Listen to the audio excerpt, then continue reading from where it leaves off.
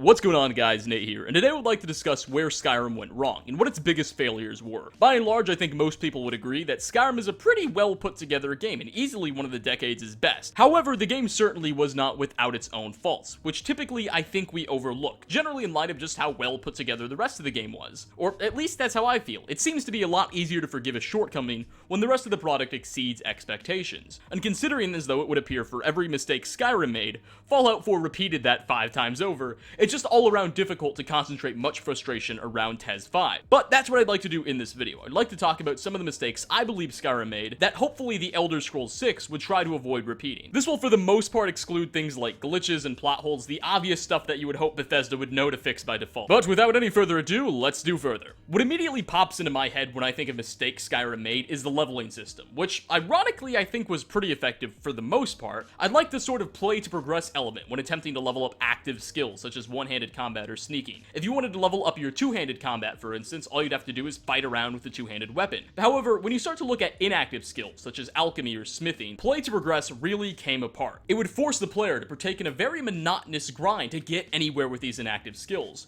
When I wanted to level up my alchemy, the easiest way to do it was to just grind out a bunch of useless, boring potions that I had no use for, and ultimately, in the end of the day, I just couldn't really be bothered, and for that reason, I stayed away from skills like alchemy and smithing throughout most of my Elder Scrolls experience. The system was also very exploitable. You'll recall the mass production of iron daggers to level up in Skyrim as a good example of this. A solution to a problem like this would be to keep the play to progress system for leveling up active skills, but for inactive ones, again things like smithy and alchemy, do something similar to Fallout 4 or Fallout 3, where after each general level up, the player could invest a point into such a skill, negating all the extra nonsense. Building off of that previous leveling point, I never fully understood Bethesda's decision to do away with Fallout 3 and New Vegas's perk systems. In the Fallout games you had perks, which would radically expand your options regarding how you got to play the game. They would add a whole nother level of depth and role-playing elements. Perks like Sandman, which would allow you to assassinate people in their sleep. Child at Heart, which expanded your dialogue options with younger NPCs, Cannibalism, which is kind of self-explanatory,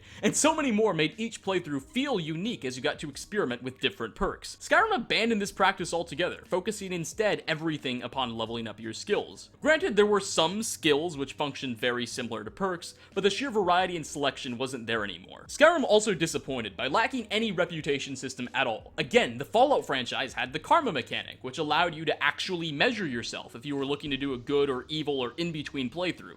It would influence how other players interacted and perceived you, and was really just another great role-playing element that Skyrim had the opportunity to build upon, but just didn't. You're the Dragonborn, the savior of the world, but aside from the occasional dialogue options from guards, it never really felt like anyone cared. Furthermore, the sheer oversaturation of fetch quests became discouraging very quickly. The old, go there, clear X dungeon, get Y thing / kill Z, and report back to me when you're done for a small reward.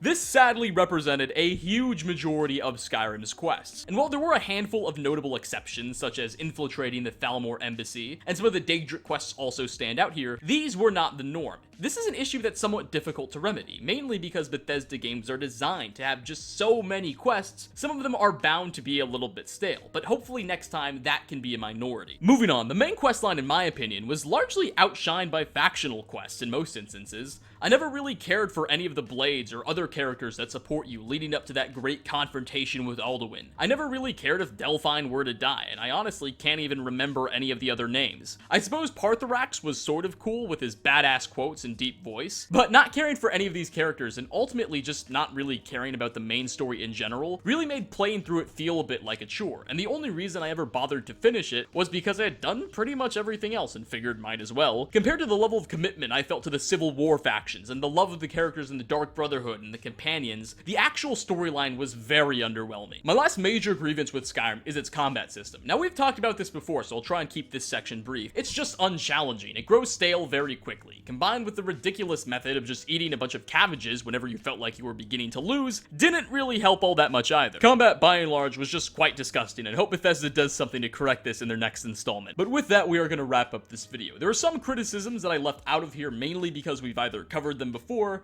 or I just didn't feel as though they were a big enough deal to warrant mentioning in a video of their own. So, if you do feel as though I left anything out, definitely leave a comment below. If you feel one of the criticisms I mentioned just wasn't valid for X or Y reason, certainly feel free to point that out. I hope you all enjoyed. If you did, a like rating is always very much appreciated, and I hope to see you all in my next video. Peace out, everybody.